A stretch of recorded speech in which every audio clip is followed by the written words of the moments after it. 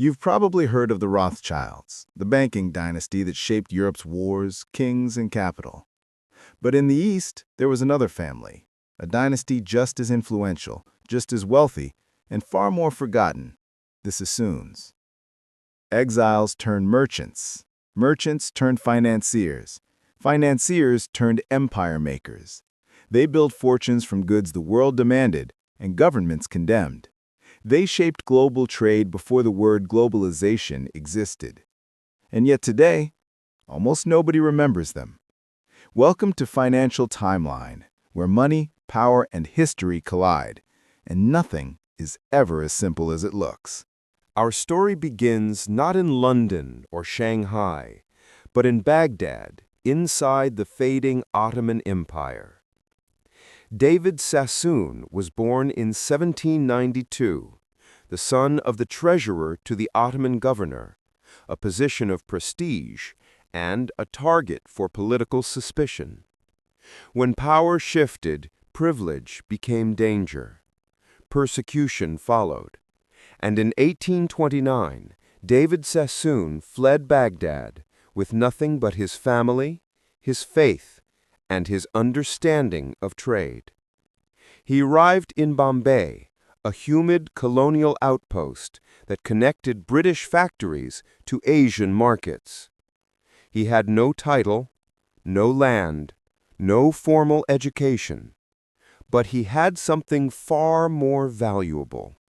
He understood supply and demand better than any economist of his time.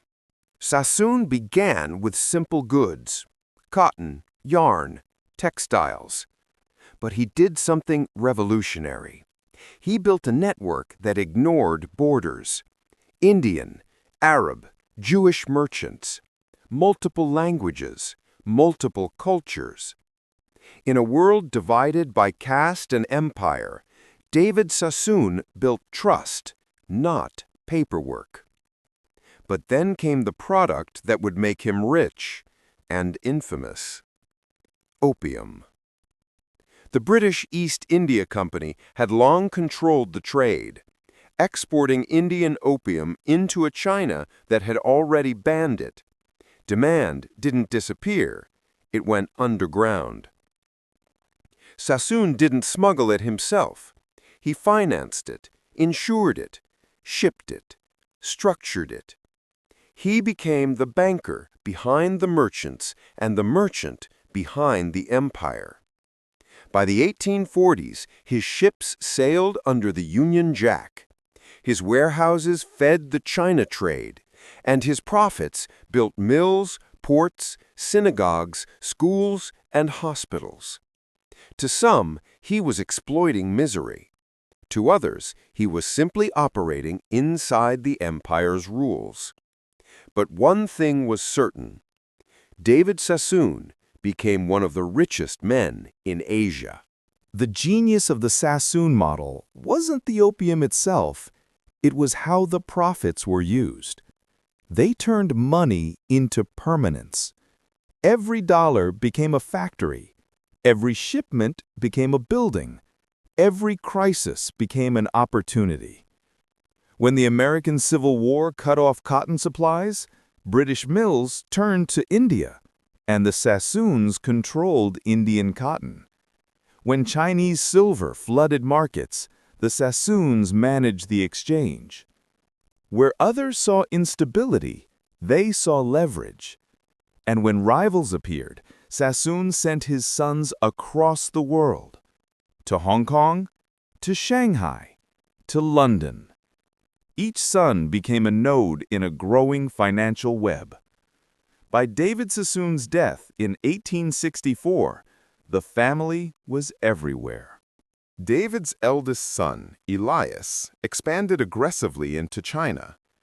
He opened offices in Shanghai and Hong Kong at the exact moment the Opium Wars forced ports open.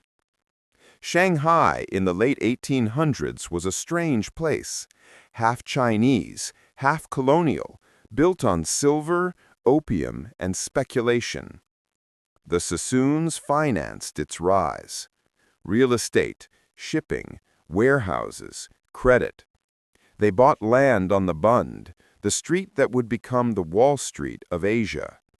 At the same time, Albert Sassoon moved to Britain, was knighted by Queen Victoria, and joined London's elite. The empire had embraced the men who helped finance it. By the 1880s, the world gave the Sassoons a new title, the Rothschilds of the East. Not because they matched the Rothschilds' European power, but because they mastered the same strategy: turn mobility into dominance, turn exile into empire. But with great success came great contradiction. The Sassoons built mills, ports, hospitals, schools, synagogues. Yet their earliest wealth came from the opium trade, a trade that devastated millions in China. They didn't invent the system, but they perfected it. This is the paradox. The same money that built Asian cities also contributed to Asian suffering. This duality defines every empire, and the Sassoons were no exception. At the turn of the 20th century, the Sassoons were no longer merchants. They were bankers, developers, philanthropists. They built luxury hotels in India, financial houses in London, landmarks in Shanghai, like the Sassoon House, today known as the Peace Hotel. They had become respectable, aristocratic, untouchable. But history was changing. The British Empire was weakening. Nationalism was rising. China was unstable. India was moving toward independence. Then came the Great Depression. Global trade collapsed. Empires cracked. The Sassoons survived, but they didn't dominate. The age of merchant families was ending. The age of corporations had begun.